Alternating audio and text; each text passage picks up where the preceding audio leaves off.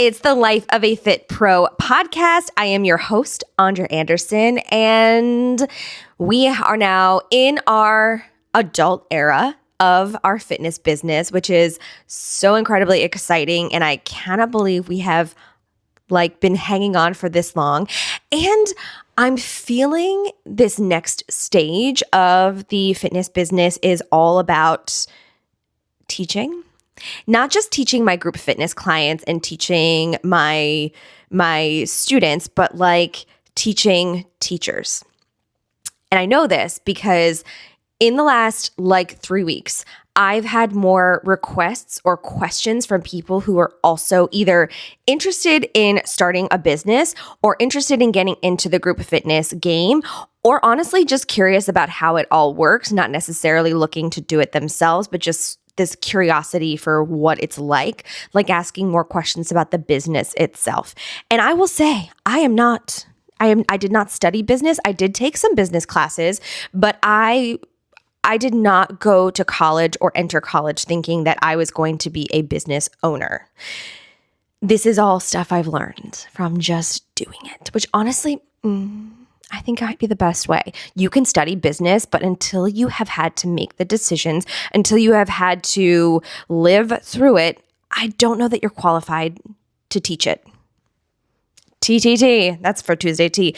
So I thought it'd be really fun to do these 20 questions for entrepreneurs that I found through bitwizards.com. Thank you, Google, for that. I just asked Google, and this is where it led me, and I liked the questions. So let's get started. Number 1, how did you get your idea or concept for the business? Now, the reason that I'm doing these questions, my hope is that it sparks some interest or curiosity for you, or maybe like the others who've been contacting me, you are interested in diving into the fitness business or interested in having a business yourself. And I think there are always, whatever stage you're in, it's always good to be curious. So for me, being nearly 2 decades in, I'm really curious about the why. I know the why. I'm curious about the what's next. How are we doing? I feel like you have to constantly be checking yourself to make sure that this is still something that you want to do and it's still something that serves people, which is a hard question. Okay, so how did you get your idea or concept for the business? So I didn't. I started teaching fitness because it looked like fun and I wanted to, trigger warning, lose weight, and I wanted to feel better about myself. And my instructor that was teaching this class that I loved so much was leaving town, and I thought it was my only option because, I'm a Gemini and I'm a take charge kind of person. Clearly, my instructor was moving. Obviously, it was up to me to get certified and continue teaching this class. That's just the way that my brain is. That's just the way I am. So that was how I got my idea for it. Just because I felt like I had to. And I really felt like it was a thing when I kept getting requests to do it. And it was we've heard that people really like your class, and I'd never heard of those people before. Or we created this community within fitness. That's when I knew, ooh, this is something. This is something. Okay, what was your mission at the outset? Originally to lose weight and have fun and get paid to work out. That was my mission at the outset. When I realized that this was actually a business, my mission has always been to help people find fitness fun, make it fun for people, make it something accessible, make it something for you, some you time, because you deserve it. You deserve it. When did you first found the business? 2009. May 2nd, 2009 was when I got my very first fitness certification. So cheers to 17 years. How many employees? 1, 2 if you count the free labor of my husband. 1. Moving on. What services or products do you offer? These are weird questions. Okay. That's a really good question because I think when I first started, I would have said, I offer fitness. I offer solutions. I offer fun. I offer community. I offer confidence. I offer strength. I think pitching it that way is real growth in our fitness business in general. I mean, if you look at the progress of teaching fitness, we've gone from the jazzercise, which is making a comeback, by the way, to it was very cardio friendly, which I'm a cardio queen. I love cardio. And it's moved into this strength. We need to build strength. We need to have protein, all of these things. Like the fitness business has totally changed. And I can't believe that I've been doing it long enough to see it change multiple times. That's kind of crazy. But I think that you lead with people. So if you're saying you offer a service, lead with people first. So for me, it is confidence, strength, balance, energy. That's what I offer. And, it breaks into a fitness class. That's what we do. That's what we do. How do you advertise your business? This is such a good question. I post on social media. So I do Facebook and Instagram. That's it. I have, I guess YouTube counts too. I have a YouTube channel, obviously. I have a ton of free classes on YouTube. I also put my podcast, hey, on YouTube. And I do Spotify, Apple Podcast, all those things. I used to put up a ton of flyers. Now I do it only if I'm teaching at particular businesses. I have 2 flyers I need to go take to a business where I'm doing 2 Pilates classes this summer. I give flyers and calendars to another business where I teach on Mondays. But honestly, word of mouth. You bring your friends and your loved ones to class, and that's how we grow. We do sometimes get just random people. I'll post it on Facebook, but then I'll share it to different groups, and we will get people interested through those things. Honestly, that is good for a workshop or a one-off kind of class situation. But the people who keep coming back are the ones that come because of their friend or their sister or their mother-in-law or whatever it is. Their close connection is what keeps them coming back, and they come back together. And you've made it with a person when the group that they were coming with to class, they come by themselves. And that's when you're like, oh, you're in it. You are so in it. And I love that. Let's see. Actually, so that question was, how do you advertise your business? And this one is, how do you advertise your services? Ooh, so this is a distinction that I've been trying to learn. So not just posting my class schedule and saying, there it is, more the ethos of it, offering solutions. So, building strength is all the rage right now. Actually, I saw the best thing. I'm not going to steal it but it was such a good idea. I wish I'd thought of it. Somebody advertised their Pilates classes Pilates and protein. There was no protein. It was just protein is all the rage. So they were using buzzwords, and you're a real one for that. You are a real one for that. That was really funny. But trying to use a little buzzword, but also talking about what you get from the class. So I've been using a lot of words like community, energy, strength, balance, the things that you get from coming to my classes. It's fun, it's nostalgic, the beats, the energy, the creativity, we do themes. Those are the things that I put out there more than just the name of the class, because I will say there are probably people who come to my classes that don't know what the name of the class is. They just know how they feel when they get there. And that's what's up. That's what you want. Don't get too hung up on what it's called, because you're the only one who cares about that. This is a deep one. Number 8, to what do you attribute your success? I think it was just that, what I had said earlier, when somebody comes to class with a group of people and then they end up coming by themselves, that is successful to me. I also think it's persistence. And I came up with another, I keep calling it persistence, but there's another word for it. I will try anything. I will try things. I will let something go if it's no longer serving me, but I'm just a constant presence. And I think that is really big. I do take time off now. There was a time where I thought I couldn't. But I think just being a constant presence, being consistent, being like planning. So I put out my entire summer calendar because I know you're busy and you have things to do and you want to know that you can rely on this. I even had somebody say, I'm part of a gym and I don't go, but I will come to this. So like, what is your class schedule going to look like? And I'm like, I do it by season. I usually do it by quarter. So like, I know for the quarter what it's going to look like. So I can at least give you that assurance that that's going to happen. But I do change up a little bit on the days. Like during the academic semester, it looks a little different than like the winter or the summer. Like I change it up for the season because otherwise your girl will get bored. And I know that about myself and I need to do that for me. And it is a little jarring at first to like change up the days, but we get back into a rhythm.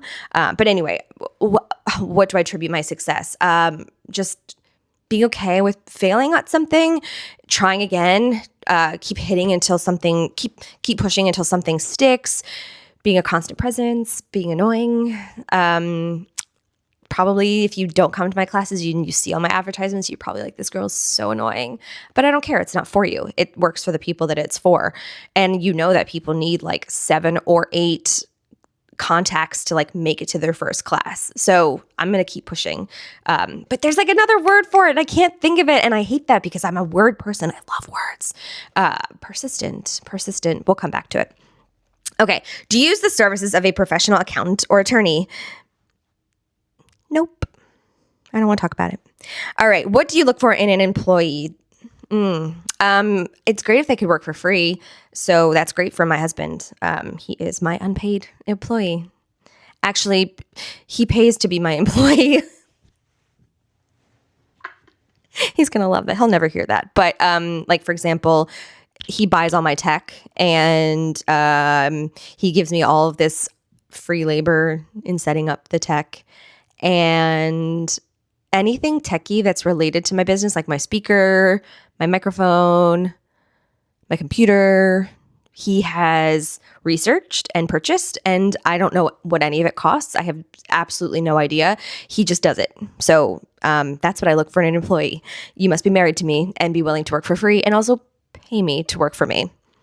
That's funny. Okay. What made you choose your location? I toyed with this idea of calling myself the traveling trainer, and I might still do it, so don't steal it. It's mine. I need to trademark that. I love coming to you. I love mixing it up. It's so weird to me that people come to my house to work out because I'm a pretty private person, which is funny because I post a lot on socials, but I like having like my private space. It's so funny that people come to my house to work out like multiple times a week. Like I still can't believe I am that person, but I love it. I love it. And I also love that I go to different places. Like I do classes and workshops and events at different places. I absolutely love that. I enjoy a routine until I absolutely hate it. So I know that I need to change things up. I need to teach at different locations. I need to put a pause in those locations and then go back to them. I just love the variety. I love offering a variety. And because I have lived in a couple of different places and I have clients that span like a couple of hours distance, it's so good to be able to teach to the clients that are at like the lower midshore and the upper midshore and to do classes like closer to you. I love that. I love being able to offer that. Okay, so now we're kind of getting into like a little businessy question, and this is where I wish I had a business degree, but what kind of corporation is your business? I don't do that. So I never did an LLC. I never did any of that. I don't have a brick and mortar. This work, I don't really get paid a lot to do it. I mean, I know you pay me for classes, but I invest almost all of it back into the business. So like, for example, when you're paying me to come to classes, you are basically paying for me to purchase equipment and purchase the rights to music and all those other things that I need to keep the business going. So I've not ever done incorporated or anything like that. I'm nervous about it. I feel like I should be looking into it, but I don't want to talk about it. Okay. What are your company's goals? I haven't done this in a long time, but I would set like some business goals annually. Like I would just sort of sit down and have like my little latte and think about what I wanted to do that year for my business. And sometimes it would be, I wanted 2 new locations, or I wanted 5 new like really dedicated clients. I haven't done that in a while just because I feel like I've just been leaning into the present and what it is and what we're doing. This year, this is the first year that I haven't really done challenges. Like I would do like a 6-week walking challenge, like a free thing, or I would do on Facebook, I would do like a private group and we would do, I would post like workout videos. It's just, we're like stepping into a different era where people are really craving the in-person stuff. So I've been leaning into the in-person stuff and those things over everything. I'm also working on my own certifications at the moment. So I just finished a life coaching certification, which I still haven't figured out 100% what I'm doing with it. And then I also am in a master's program right now for health and wellness. And so I'm like, those are my goals, is my learning, and I'll figure out what comes next. I have some ideas, but I'm not sharing them yet. Okay. Do you work locally or nationally or internationally? Fun fact. During COVID, I taught to people that lived in Italy. How cool is that? Like, I am international, which is so cool. I have also taught classes to people like across the country. Like I've done virtual lessons, virtual like workshops. But for the most part, I teach within 60-mile radius. Yeah. I'll spill one of my goals. I want to teach internationally. I would love to there are these like fitness vacation exchanges where you teach 2 times a day and you get 2 all-inclusive passes. Like, so you have to pay to get there, but like your hotel, your food, the resort fee, those are all paid for. I want to do that. And the thing that I'm like stumped on right now is it requires a little bit of flexibility because the timing that they have, I don't know. I just need to, if I want to do it that badly, I'll figure it out. I guess I'm just not there yet, but that's like in my 5-year plan. If I had a 5-year plan, I don't have a 5-year plan, but if I did, that would be in it because I would love to teach at a resort internationally. Like how cool is that? How cool is that? That's really cool.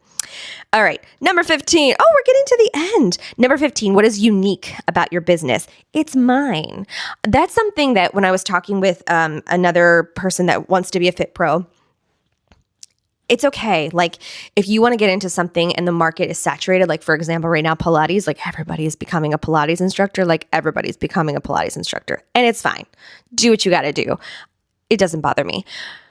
But they have fear. Like, well, everybody's already teaching it and there's no space for me. Not true. That mindset does not work because I started teaching Zumba at a time where started to get I got in early, but it started to get really saturated. Like everybody wanted to teach it. Even in my tiny little town where I was teaching, there were like 12 of us. We got together. Those of us who had good attitudes about it would get together and host like Zumbathons and each like share our talents. And that was so much fun. I miss that. That is the one biggest thing I miss about working like with a group of people or working in a studio is that camaraderie. But sometimes it also can get toxic and we don't like that. But it was so cool to see other people's like different talents. So even if we have the same certifications, like even if you and I had the same certifications back to back, we would still offer something different in classes because we have different lived experiences, different perspectives. That's what makes you unique. If you live in a town that has 10 Pilates instructors and you want to get certified because you love it, do it. I even say this to people, like do it even if you don't plan to teach because you're going to learn something really cool. Like my yoga teacher training, yes, I do teach yoga, but that training catapulted me in my other modalities as well. Like it taught me things that enhanced what I was offering in my other modalities. And that's huge. So even if you take the Pilates training and you don't necessarily become a teacher right away, it's going to serve you in some other capacity. And so it's those different experiences and different perspectives that makes what you offer unique, even if it looks similar to other people. Because I have something different that other instructors don't. Like, I hate using this one because it's the one that people always point out, but I don't have kids. So like I can teach a 6 o'clock class. I'm not worried about getting home for like putting my kids to bed. I can go for a walk in the middle of the day. I can, but I also work a 9 to 5. So when I worked for a particular gym and everybody was getting together for 2-hour lunches, like I couldn't do that. Everybody's got something different, even if it's the same modality. So that's cool. Okay. Responsibilities as the business owner. Everything you see, picking the music, doing the choreography, practicing, setting up the space, making sure the tech works. Although my husband does that, but I can troubleshoot a little bit. I can also teach a class where I can't hear the music. I've done that. I've done a lot of that. Going with the flow, being willing to change at a moment's notice, like showing up to a facility that was supposed to be open and it wasn't. So you're teaching on the sidewalk now. Congratulations, you're a sidewalk teacher. I've done that. Showing up to a workshop where you were supposed to be doing goat yoga and the goats never showed up. Oh yeah, that I hated that. I hated that situation because I had no control over it. I have learned that the more control I have, the better it is. And of course, you're going to say, well, you should just open up your own facility. I don't want to do that. I know I don't want to do that. So that's exciting. But I do like to be in control. I do like to have that little bit of boundary between when I arrive and when class starts so that I can get myself into place. But cleaning the floor before y'all come in, cleaning the bathroom at my house, that the guest bathroom, well, I mean, it's my house, but the guest bathroom that we don't use, but you use, you won't even realize this, but leaf blowing, that's the kind of, using a broom to get all of the rocks and stuff away, hiring an exterminator to come and make sure there are no ants crawling over our mats during yoga. Those are the kinds of things that I do. Anything that is needed is what I do. So be prepared for that. And that's something that I think I've seen people start teaching and they realize they have to do all of those things too. And they're like, nah, I'm out. I just wanted to work out and have fun. There are opportunities to do that. If you go work for a 24-hour gym or a big established brick gym like that, not a small boutique store, because at the boutique places you will be doing bathroom duty. Congrats. But you can. You could roll in 15 minutes before, teach your class, roll out. You'll get paid $12, but you can do that. So that's cool. There's something there for everybody. But the responsibilities includes everything. Talking to people, encouraging people, motivating people. All the stuff I talked about was before class even started, right? There's this whole routine before and after class. But then in class, right, knowing your material, knowing the people that are showing up, making sure that you're asking them questions, making sure that you're motivating them and encouraging them and challenging them appropriately. That's the hardest part of group fitness is people will come to your class expecting individualized attention, which you to the most part should be able to do, but it's really hard if you have 12 people that you have to take care of. It's really hard. It can be really hard. Okay. Does your company help the community where it is located? That is so important. It is so important to understand where you're located and what's important to it. Yes, I will partner with local, usually small companies, and I pay them to use the space, or I pay them for, for example, we do yoga and coffee, and I pay for everybody's coffee. I give that money to the company, but I pay a little more than what a coffee costs so that it's a good partnership. So, but I'm also getting eyes on that business. Some people come to my class that have never been to that space, had never been a patron of that business. So that's really cool. I also taught some classes at the farmer's market. It just wasn't for me. But it was fun. It was an 11 o'clock a.m. thing on a Sunday. And I was I'm done. I don't want to do that. I'd rather teach in my house. But I've done things like that. I have done Zumbathons to raise money. I haven't done a class like that in a while, where we did around Christmas time, we'll do raise money for a charity. We've done a back to school class where your admission fee is bringing school supplies, which was really fun. And we got to donate those. That was so cool. So I'll do things like that. I haven't had any requests of things. So if you're listening to this and you're local to my community and you have a request for a type of class, let's chat. I'd love to learn more. The last one. Oh, 2 more. Have you ever turned down a client? Yep, sure have. meaning like a company. So people will reach out to me to offer classes or workshops, and there are just certain groups that I don't want to work with. Maybe it's a location that's too far away. There's nothing wrong with the company. There's nothing wrong with them. It's just not a good match. Like my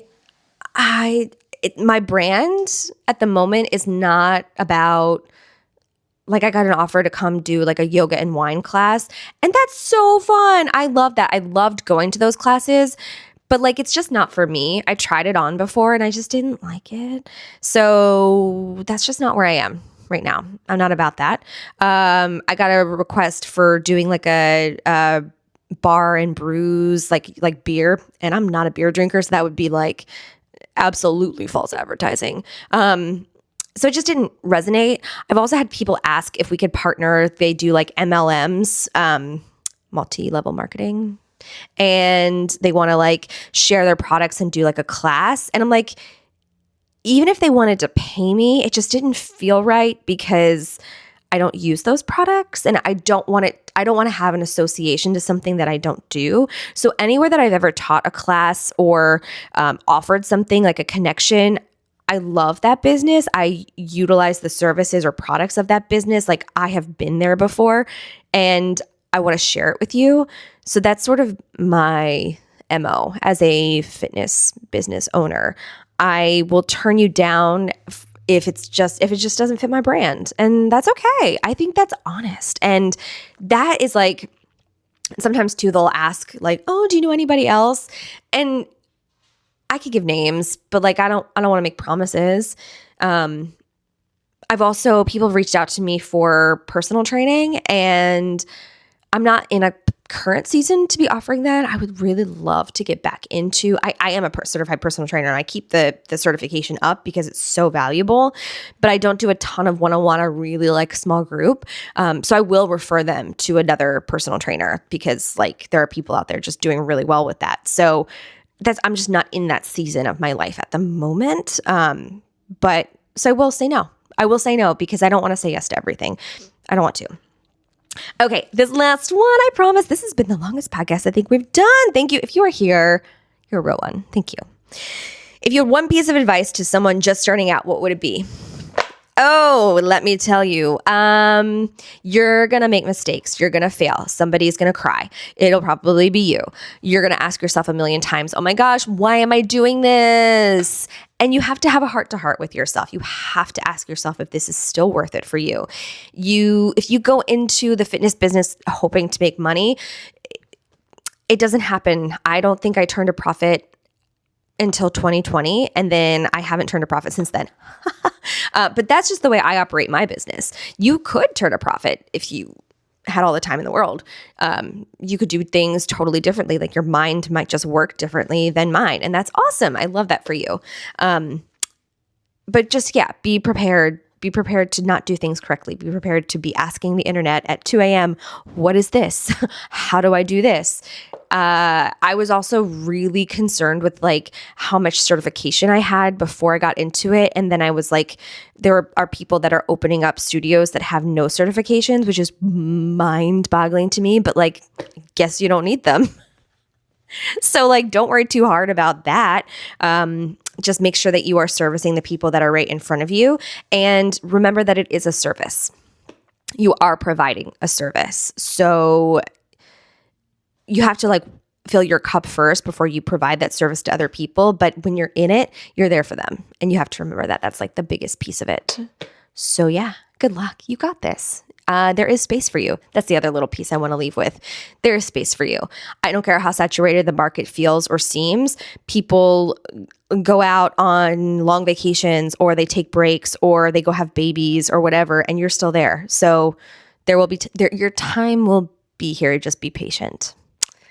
And that's what that is. So thank you so much. This was so much fun to go through these 20 different questions. I'll post the link to the questions in case you're curious and want to like play along yourself if you are also a business owner. And to that note, if you are a business owner and you want to drop some tea, please put it in the comments. Let us know your answers to some of these or your advice to some of these. I love that. I do not know anything about business except that the client is number one. That's like the best thing you need to know. But I didn't go to business school, so there's that. I just do it. Yeah. Thank you so much for joining me for this week's The Life of a Fit Pro. Don't forget to check out the bonus episode every Tuesday and the Secret Life of a Fit Pro blog that I've been updating every single day this year, which has been so much fun. So thank you for that, and we'll chat later. Bye.